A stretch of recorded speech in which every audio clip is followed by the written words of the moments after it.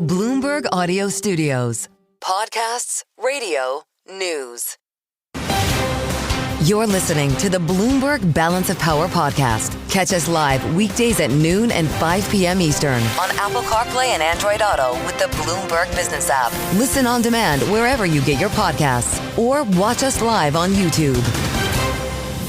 As we get down to business on what's going to be a very important day here for politics in Washington and certainly, yes, the president's big, beautiful bill. You know, it's not just me calling it that and quoting the president. That's actually what it's called, right? The OBBBA. It's the One Big Beautiful Bill Act. That's the actual name. And it looks like this is happening today in the Senate. A lot of things took place over the weekend. There was a lot of deal making, and we have now found ourselves with a rare daytime voterama. This is the stuff you talk about sausage making that's supposed to happen in the middle of the night. And there you see it on YouTube right now, live the Senate floor, Bloomberg Originals, as we watch lawmakers do their work here. Thank you, by the way, for joining us on the early edition on Bloomberg Radio, satellite radio, channel 121. The aforementioned YouTube, you can search Bloomberg Business News Live to find us there because you're going to want to dial in for our conversation with Steve Ellis in a moment. Things did not go well over the weekend for Tom Tillis, and he's sort of become the face of opposition here, if I can call it that, for Republicans in the Senate. There aren't that many opposed. Maybe we'll say Republicans on Capitol Hill. Following the pressure from Donald Trump to vote yes on the big, beautiful bill and a series of harassing comments from the president, he's just decided to fold. He's not going to hang out to be primaried in North Carolina. And so he's going for it now on the floor. This is a man who feels free to speak, the Republican from North Carolina. Listen to Tom Tillis late last night. I'm telling the president that you have been misinformed. You supporting the Senate mark will hurt people who are eligible and qualified for Medicaid. We're going to make sure that we fulfill the promise, and then I can feel good about a bill that I'm willing to vote for. But until that time, I will be withholding my vote. How are we feeling about the bolo tie on? What is that? Is that a golf shirt? You'd have to get onto YouTube and back it up to see what I'm saying. When you're not running for re-election, you can do anything you want, it seems, in the U.S. Senate. So as we wait for this to happen, there are going to be a series of amendments. That's the voterama that are put forth and voted on throughout the day. That's what senators are doing now. They started around 9 o'clock in the morning. But there was one vote before the actual voterama.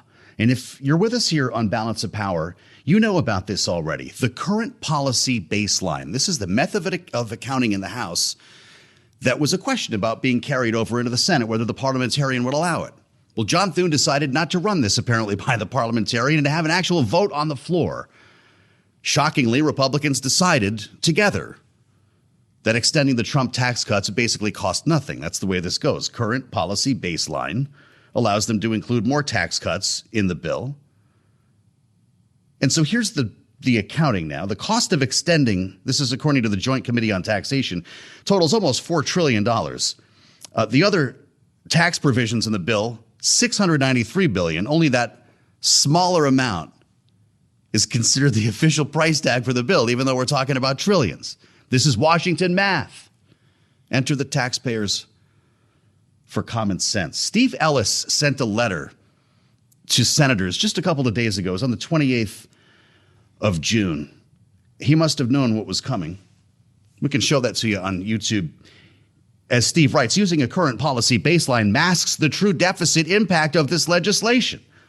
A preliminary analysis, as I just mentioned, current law baseline projects $4.2 trillion in lost revenue over the next 10 years. Steve writes, relying on current policy baseline gimmicks insults the intelligence of taxpayers. They will see through the tricks and spot the new debt piled on. He's with us now in studio. You were the Doge before there was a Doge, weren't you? Certainly. We've been around for 30 years doing this type of work and cutting into this, finding the wasteful spending. We were the group that dubbed the bridge to nowhere the bridge to nowhere. The bridge to nowhere. So I don't know what you call the one big, beautiful bill, but I'm guessing you see some ugliness here, and what it's going to mean for our debt and deficit is what? It's staggering how much debt that they're going to be piling on. We're talking about when you add in future interest costs, when you add in macroeconomic effects, we know that from the score that they did for the House that it grew. So it may be $3.3 trillion in the initial score from CBO, but it's going to get close into $4 trillion of additional debt. So what do you think of this current policy baseline and the fact that there's a vote on the floor today? What's become of Washington when this is considered normal? Well, I mean, they knew what answer they were going to get from the parliamentarians. Well, I should say so, yeah. So they just decided, okay, we're going to dismiss with that, and we're going to move this along. And the thing is that it's just such a ridiculous policy. It's just it really boggles the mind that they would be going down this route, adding trillions of dollars of debt, and just trying to sweep it under the rug. Yeah. Well, you know what Republican senators would say to you, and we'll be talking to them throughout the day, is that you're not factoring in the growth here, Steve. What happened in the first administration is we cut taxes, we saw growth, and then COVID happened, and we can't really account for what happened after that. But you're going to see growth that is not accounted for by the CBO because they refuse to do dynamic scoring, and you're probably blue in the face by now because you hear the same arguments that I do. But they do dynamic scoring. That's the whole macroeconomic effects. That was actually what ended up costing in their scoring the bill more in the House. It went from $2.3 trillion to $2.8 trillion when they took into account those macroeconomic effects, and then increased interest rates. And we're going to have to service that debt. Yes. And we spend $1 trillion today servicing, or this year servicing that debt. So what does Steve Ellis think when you're reading in the morning and you see the White House suggest that all we need to do is cut interest rates by 1, 2, maybe 3 points so we can have less interest to pay on the debt? Is that the solution? Certainly, it's not going to be good for markets to be manipulating it, just trying to make sure that we don't have to pay our creditors back as much. Right. And so, I mean, this is a ticking deficit time bomb. The One Big Beautiful Act. There's going to be a potential now for a conference committee, or does this pass the Senate no matter what happens here on the floor? You've been doing this for a minute, and then there's something called a manager's amendment in the House, where the House effectively allows the Senate to jam the House of Representatives, and they vote on what we're seeing come together now. Yeah, I mean, certainly it seems like they're trying to grease the skids. They've been involving the Speaker's office to try to make sure that whatever they get done can pass the House. I hope it can't. I hope that there are some fiscal conservatives that are there to say this is enough and we need to be fiscally responsible, and we can't just lie to the American taxpayers about the cost of the bill. Wow. What are you hearing at taxpayers then? You're talking to lawmakers and staffers. Is this as good as done? I mean, it certainly, this bill has had momentum, and the president has shown his ability to get things over the line. Well, he's going to call you in primary if you don't vote yes. Ask Tom Tillis. Yes. Ask Tom Massey from Kentucky. Ask Tom Massey. Yes. He keeps showing up for work, though. Yes, absolutely. Well, and so I think that that's going to be a real challenge. Now, I'm hoping, again, that fiscal conservatives weigh in and say, $4 trillion, $3.8 trillion is too much debt, and that we need to rein it in. By the way, Don Bacon is not going to run for re-election. This is getting to be untenable for fiscal hawks. Do you feel like you're on an island in Washington? Certainly, fiscal sanity is taken. How they've taken different a is leave it of than absence. 30 years ago when you started this? Well, I'll put it this way. In 2000, our national debt was less than $6 trillion. Wow, it's $36 trillion today. Wow. Well, okay. So what are we going to do? We're going to pass this bill in our remaining moment. We're going to start talking about blue ribbon panels, right? Simpson Bowles. I don't know. We're going to creep up on this debt limit. I guess they'll handle that, assuming this passes. But there's going to have to be some conversation about cutting deficits here to keep the bond market happy, to keep Wall Street satisfied? No? Yeah, absolutely. Not only that, it's that Social Security is going to become insolvent in 8 years' time. Yeah. So there are other issues that are at play that aren't really even in play right now. And so certainly we've got to have a fiscal reckoning. And the bond market, you're right, that's the thing that's kind of spooked the president on tariffs. And so certainly it gets more costly for us to sell our debt. You add the uncertainty over these reciprocal tariffs coming up with a deadline on the 9th of July. You kind of wonder where we're going to be coming out of this holiday. Really glad you could come see us, Steve. Thank you so much. Thank you, Find Joe. him at Taxpayers for Common Sense. Steve Ellis has been running this shop for 30 years and bringing great insight to us as we wait for the vote today. This is happening as we speak in the Senate. We're going to add the voice of Ashley Davis, Republican strategist, coming up right after this. She's talking to lawmakers and staffers as well. With the very latest on this process, stay here on Balance of Power, only on Bloomberg. You're listening to the Bloomberg Balance of Power podcast. Catch us live weekdays at noon and 5 p.m. Eastern on Apple CarPlay and Android Auto with the Bloomberg Business app. You can also listen live on Amazon Alexa from our flagship New York station. Just say, Alexa, play Bloomberg 1130. Then, of course, there are the Democrats, and they're going to have their amendments. That's part of the point here of this voterama. We certainly got a taste of what was coming as things got into debate last night. Democrats on the Senate floor Sunday night. Listen. If the bill and the cuts included in the bill indeed reduce the deficit, as they claim it does, they wouldn't have needed to raise the debt limit in the process. It also drives $4 trillion in debt. It used to be 3.4. Now it's up to $4 trillion.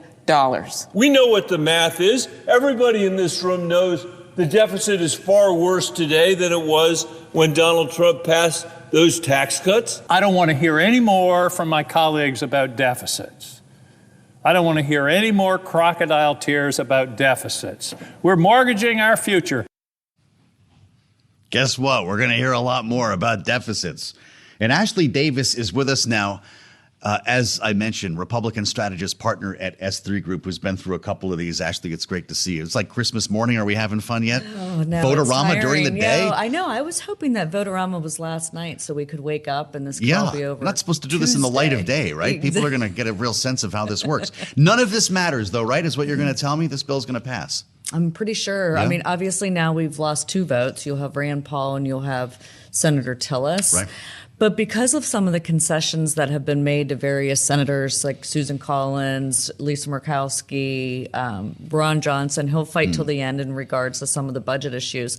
I don't think that this is really, there's an option to fail. So I think this is going to be ugly from now until Wednesday. Yeah. But I think it will definitely So pass. presumably voterama goes, like Jack said, into the night. Maybe there's a vote tonight, tomorrow morning. Does this get sticky when it goes back to the House? You've got a lot of House members who won't recognize this bill when it returns. Of course, they knew this was going to happen. But how do you iron out the differences? Well, they're not going to iron out the differences. So the Senate's going to jam the House? Pretty much. I mean, they're going to have to. I think that if this Ron Johnson amendment that you were just discussing would pass for some reason, that would put a lot of moderates in the House in a really bad position. That would be something that could potentially, quote, blow it up. On the Medicaid front. On the Medicaid front. But I think that this is just, we're watching how the sausage gets made, and it's ugly. This is why you put it up against a recess like this, even though by the time the House goes home, they'll have 2-day recess. I mean, they're going to be back on Tuesday, I think, to vote. So you should remind everyone that lawmakers, House members, will need to be called back tonight or tomorrow morning, presumably, to make this happen. They actually have left on their recess, so they're being called back to work. The Speaker did give them a heads up to come back tomorrow on Tuesday. Rules Committee in the House will get once the Senate passes this tonight, in the middle of the night. Yeah. It'll go over to the House. They'll do a Rules Committee, and then the House will vote tomorrow. The Rules Committee hearing would be almost more entertaining than the voterama, right? Like once you get Jim McGovern in there going at it with Chip Roy, I mean, they're actually kind of on the same side of this, aren't they? Well, yeah, it's kind of the extremes, which we've been talking about for a long time. The 2 extremes kind of now meet in the middle. So, but it's going to be interesting. These amendments, all the Democrat amendments are going to be messaging amendments. They're all going to be mad. You've seen this depending on which party's doing a reconciliation bill. I mean, the Republicans now are all mad at CBO and the, the deficit, and they're saying it's wrong, and they're not doing, certain types of scoring and And then if this was whenever we did the last reconciliation bill for Democrats, it's the same conversation. So it's just BBB, I think I'm just too old and done this too many times. So this is the manager's amendments. We get wonky for a second. There's not going to be a conference committee. They're not going to hash out, because then that bill would have to go back to the Senate and they wouldn't meet the deadline. Yeah, right? So there's really only one way to do this. And this is why the Speaker did this weekend by telling his members, stop negotiating this over tweets. If you have an issue with certain areas, call the senators and get, because that's what everyone was doing. Right. Obviously, with this 24-hour news service cycles now, you're playing to your audience, which is your constituents. So you're laying out your marker. But yes, they will not. Leader Thune will introduce a wraparound amendment, a manager's amendment with kind of all the different changes and dogs and cats and whatever amendments get through here, if any. And then they'll pass it in the Senate. Yep. And then they'll send it over to the House, and then that's the process after that. But I just think that this is the drama that happens, and then it's just like everyone forgets about it. Tom Tillis had some drama. You mentioned him once over the weekend. He's decided he's not running for re-election. It got so intense so quickly with the harassment from Donald Trump, the promise to be primaried. He's out. So he's kind of the freest man to speak in the Senate right now. Was this a profile in courage? What do you make of his decision to do this and carry that flank, if it is a flank, a one-man flank of the party?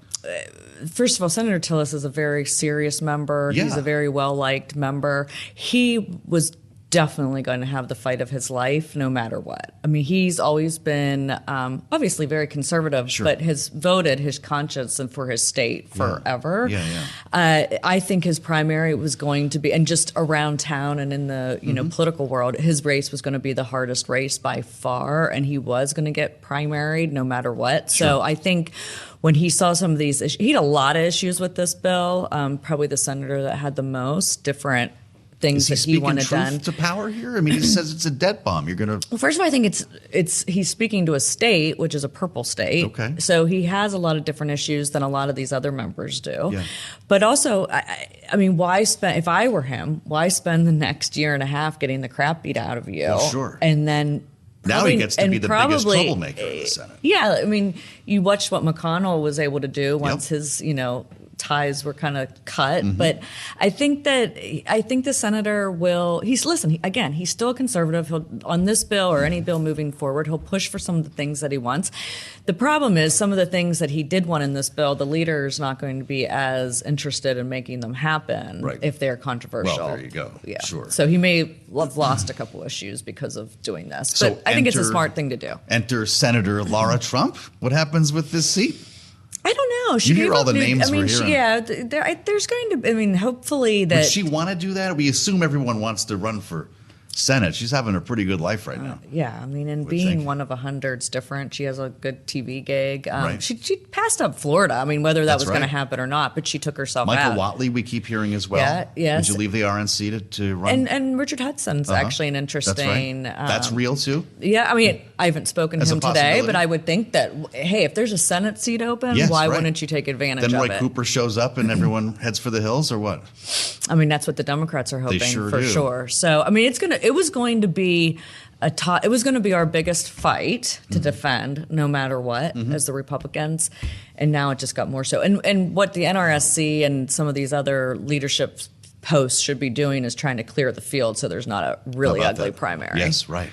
So our remaining moment with Ashley Davis. Let's say all of this happens the way you just mapped it out.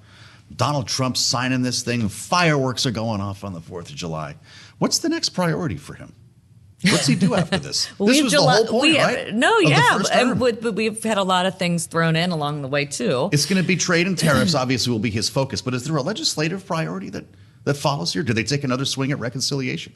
I think that they'll start doing all of these make rescission bills in regards to some of the ones that passed the House. That's going to be really tough in the Senate. Follow. Yes. So they'll continue to do some of those cuts. I think that he's going to have some of these trade agreements. Like what happens out of what happens with China and Mexico. So he's full-time trade coming out of this. I think that's what he thinks he needs to fix. And then do we need to do like a NATO 3.0 again or whatever? Right, yeah. Or USMCA, I guess is the new bond name. market, I think, hopes so. What a great day to have you here. This is going to be wild, well, right? I could be completely wrong. No, everything could change. No, you're not. You're tonight. Never wrong. Ashley Davis at S3 Group. You're listening to the Bloomberg Balance of Power podcast. Catch us live weekdays at noon and 5 p.m. Eastern on Apple CarPlay and Android Auto with the Bloomberg Business app. Listen on demand wherever you get your podcasts or watch us live on YouTube.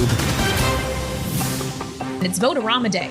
In the United States Senate, it began this morning and it could go well into the late hours tonight, if not the early hours of tomorrow, with amendment votes on the Senate floor on this one big, beautiful bill, knowing that there are still roughly 8 Republican senators who haven't said their firm yeses on this legislation as it stands right now. And the majority leader, John Thune, can only afford to lose 3 of them, ultimately in a final passage vote.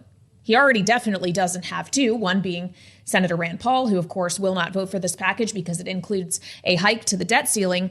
Another being Republican Senator Tom Tillis of North Carolina, who made the surprise announcement over the weekend that not only will he not support this bill, he's also not going to seek re-election in 2026. And he had some pretty harsh words on the floor. I'm telling the president that you have been misinformed.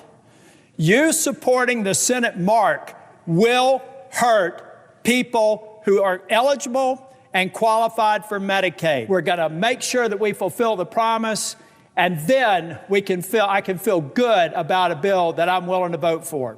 But until that time, I will be withholding my vote.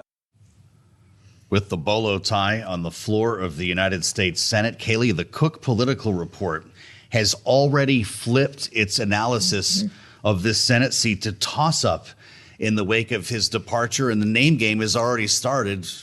Laura Trump is back in the mix, along with others here. Of course, Roy Cooper among Democrats, and there are several already running in that race. But we want to get back to the matter at hand here. Call Tom Tillis a profile in courage, or what's wrong with Washington. Either way, these senators are going to have to make a decision here in the coming hours on what to do with this bill, and that's where we start with our political panel.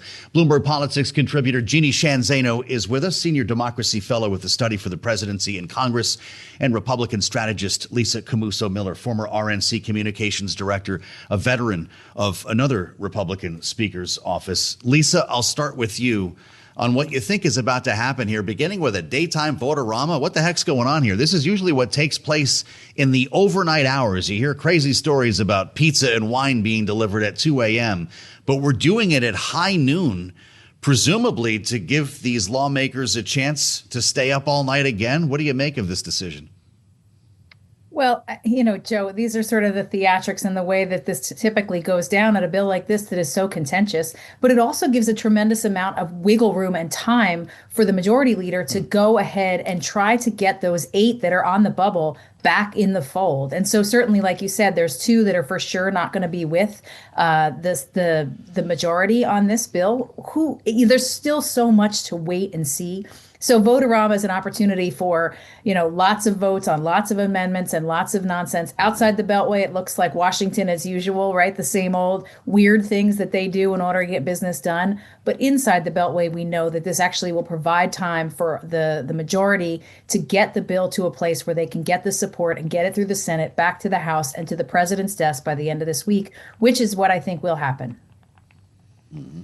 Well, there's still a lot that needs to be done before that can happen, assuming that the majority leader, John Thune, or President Trump himself can twist the arms of enough Republicans to get it to pass in the Senate. It then has to pass in the House, Jeannie. And as we consider that, yes, the Senate did decide today to adopt the current policy baseline, formally take down at least the on-paper cost of this ultimate package, it's adding more to the deficit than the House bill would have. Is that really going to fly with the House Freedom Caucus? It's going to be tough. I mean, ultimately, we have seen the Freedom Caucus members, putting Tom Massie aside, people like Chip Roy, they are very emotive and they are very passionate about their frustration with these bills. And ultimately, they have gone along with the leadership. But this vote coming up, presuming it gets through the Senate, is going to be unlike any of those, because this is it. In the past, Mike Johnson has been able to tell them, you'll get another pass at this, but this is it. And they've already indicated that the increase in the deficit that's coming over from the Senate side is unacceptable to them. So we have to wait and see. And, as we look at the Senate side, I would just say that the voterama has already shown us that there is a break in this party structure here, as Democrats trying to protect rural hospitals got Collins and Murkowski to join them and to defect, which shows that on this issue of Medicaid cuts, surely the most controversial aspect of this for so many senators, that there is a break in support in the Senate. And that is going to continue to be a real point of contention for Republicans. And that's how the Democrats are using this voterama effectively to not only force these votes, but to show Republicans that they are not unified. And we've seen that just in the last few minutes on the floor. Reminding us that this is taking place before our eyes here, Jeannie. I just heard from a great source on Capitol Hill, Lisa Camusa Miller, that this voterama may conclude with a Republican wraparound amendment that would revert many components of the Senate bill back to the House version, making this more palatable for the House to pass, knowing that there's not likely to be a conference committee here that would continue the process probably well beyond the president's deadline. You've seen this movie before. Is that how this ends? And why would senators vote for something that's still changing? Well, it sure seems that way, Joe. And look, the way that this works is that the House and the Senate are working in real time together. As much as we talk about the negotiations in the Senate, the House is very much involved because they know that the bill will come back to them and this will have to get done. And also, don't forget that the power of the president will make phone calls. He will get involved when this process is in play and to get the House back together. So it seems to me like that kind of suggestion, that kind of wraparound to get things back to where it was so that they can make sure that the House can get this done quickly is certainly at play and very much something that would happen if the House and the Senate wanted to make sure that this bill was done by the end of this week, which is definitely the goal. Well, I would point out that the White House Press Secretary Caroline Leavitt is currently holding a briefing as we speak, talking about this. She says that the president actually met this morning with both the House Speaker Mike Johnson and the Senate Majority Leader John Thune at the White House, and that Republicans need to stay tough and unify for this tax bill. To get back to this idea of a wraparound amendment, though, Jeannie, then what was the point of the entire exercise the Senate just went through for the last several weeks? It's a good question, Kailey. This is the reality of how the Senate and the House operate, and the fact that they know how tough this vote is going to be. And people look at this and they think, well, this is really, really silly. But the reality for these members going home is that this bill continues to be wildly unpopular, whether it's a wraparound or not. You have the press secretary saying you've got to hang tough, you've got to be unified. If you vote no, the results will be catastrophic. That is what the message they're sending. But these members and senators also look in their own districts. And somebody like Lisa Murkowski, just a few days ago, the head of the legislature, the House and the Senate in Alaska, co-authored an editorial in the New York Times saying how devastating this bill will be for Alaska. So does Murkowski hold her nose and vote for it, particularly if it's on the wraparound? She might have to, but they know that this will impact them enormously as they go up for re-election and as they take this home. And of course, Donald Trump doesn't care. This is about you being supportive of him, regardless of the impact of the party. And we saw that with Tillis, because now Democrats could very well win a seat that he's held for three sessions. Well, you wonder if the whale hunting caucus might save Lisa Murkowski's vote. As we discussed earlier, Jeannie, in this bill, a new provision upping the deduction that you can take for whale hunting related expenses covers boats and weapons as a charitable contribution. Reminding us that the leadership is keenly aware of who is at issue here when it comes to vote. Lisa, I don't know where we're going with this when it comes to a final vote on this bill. John Thune is, I'm sure, talking with people right now. But are the deals like these the deals that get this done, as opposed to the other amendments that are taking place in the light of day? Well, yeah, this is how negotiation works in these processes, for sure. As I said, this is a great, big, diverse country. And each and every one of those U.S. senators that John Thune has to make satisfied with the way the bill comes together has also got to have something in there that works for their district, right? And so that's a lot of the way that this ends up getting done. You and we're all old enough to remember the bridge to nowhere. That was a long time ago, but it's another one of those moments in time when there was a back and forth that needed to happen within one of the senator's districts in order to make things happen on the economic side. So if this bill is going to pass, there's going to be a lot of give and take. There's going to be a lot of negotiation, and there's going to be a lot more to get done. But I guarantee you that this vote will happen by Wednesday of this week. I'm putting my $5 on it, Joe, and I'll bet you for it. All right. You know, that bridge to nowhere was deemed, Kailey. That name came from Taxpayers for Common Sense. Their director, Steve Ellis, who was with us earlier, sent a letter to senators just a couple of days ago saying relying on the current policy baseline gimmicks insults the intelligence of taxpayers. They will see through the tricks and spot the new debt piled on. You wonder if that's true.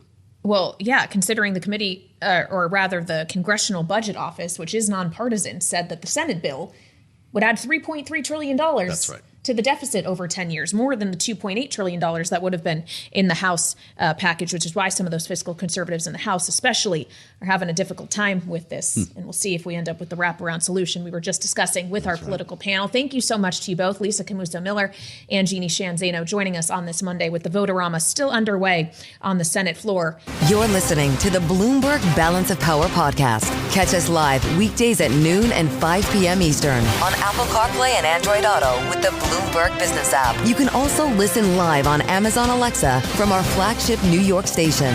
Just say, Alexa, play Bloomberg 1130. And this is what we turn to now with Mark Goldwein, Senior Vice President and Senior Policy Director for the Committee for a Responsible Federal Budget, which has been out with warning after warning over the cost and deficit impact of this package. Mark, welcome back to Bloomberg TV and radio. We know one of the first things the Senate did today was vote to adopt the current policy baseline, effectively saying, at least on paper, this doesn't cost the trillions of dollars that the Congressional Budget Office has estimated. Give us a reality check. Yeah, that at least on paper is really important because the bond markets aren't going to see it that way. This bill, as written, adds about $4 trillion to the debt. It includes a lot of gimmicky expirations. If you were to make it all permanent, adds about $5.5 trillion of debt. And they're trying to use some sort of legal shenanigans where basically the chairman of the Budget Committee says, I'm going to pretend that it reduces the deficit. And it's just not grounded in reality. Current policy baseline. Maybe the most important thing, the most important vote that happened today, Mark, Republican senators voting in favor of this accounting method to continue what was basically started here in the House, which essentially means that extending the Trump tax cuts costs nothing. How does that math work? Yeah. So it's even worse than that. So they are pretending the Trump tax cuts had already been extended, right? And so that basically gives them a free $3.8 trillion they don't have to charge themselves with. But they aren't pretending that everything's permanent. All of the new temporary tax cuts and spending in the bill, they are counting as temporary. So it's not even a pure, we're just going to assume everything's permanent baseline. It's a mix and match baseline to get their best desired number. And as I said, that might work for, the sales pitch and for the signs they want to hold up. But the bond markets aren't going to see it that way when we have deficits approaching 7-8% of GDP and debt that is zooming past World War II levels.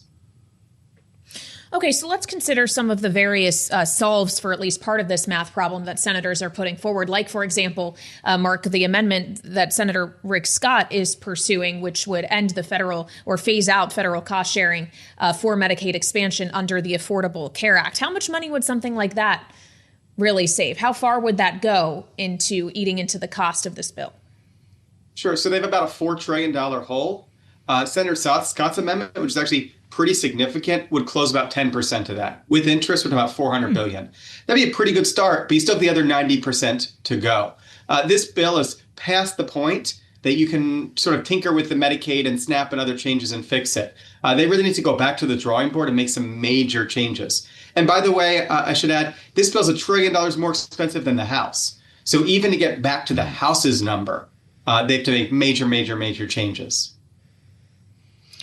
That's exactly what the Freedom Caucus was saying. The House Freedom Caucus out with a statement late yesterday saying it adds $1.3 trillion to the deficit that the House budget didn't have, 1,705% more.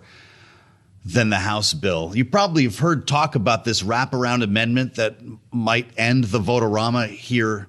Mark, it would revert this bill back to something closer to the House version. Makes it pretty difficult to come up with any estimates or projections here on what the real cost would be, isn't it? We're doing our best to do the Insta estimates. But look, the House bill added about added about $3 trillion to the debt. This adds about $4 trillion to the debt. We should be reducing the debt by $8 trillion. I would much rather have the House one than the Senate one. But let's not pretend that either of these are fiscally responsible.